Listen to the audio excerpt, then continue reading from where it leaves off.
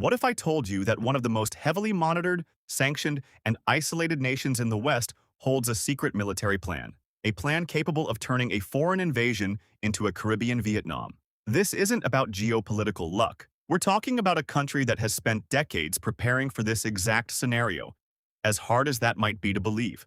So today, let's look at the board.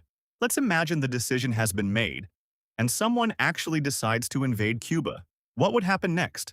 Before we dive in, subscribe to the channel. You won't find this kind of analysis anywhere else. And don't forget to drop a like. An invasion of Cuba. You first need to understand what Cuba actually is. It's not just a Caribbean country frozen in time with vintage cars and postcard beaches. It is a geopolitical fortress designed to withstand total strangulation. Since the 1959 revolution, the Cuban state has prepared for one ultimate macro scenario: an invasion by a superpower. Their answer to this threat is a military doctrine known as the War of All the People. Since the Cold War, the Cuban regime has never stopped preparing for the next conflict. While other nations focused on civilian infrastructure, Cuba dug.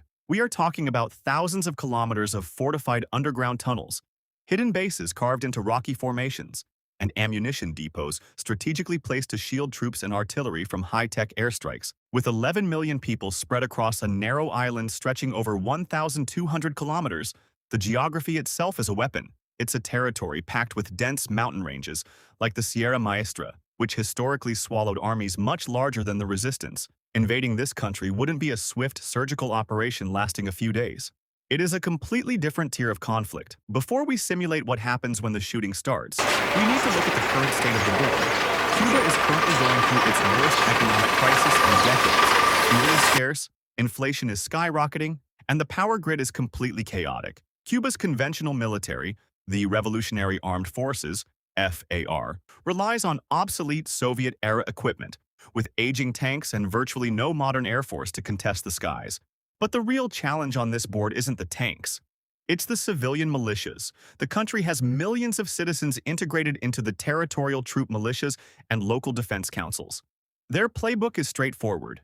If the conventional army falls, the population pivots to total guerrilla warfare.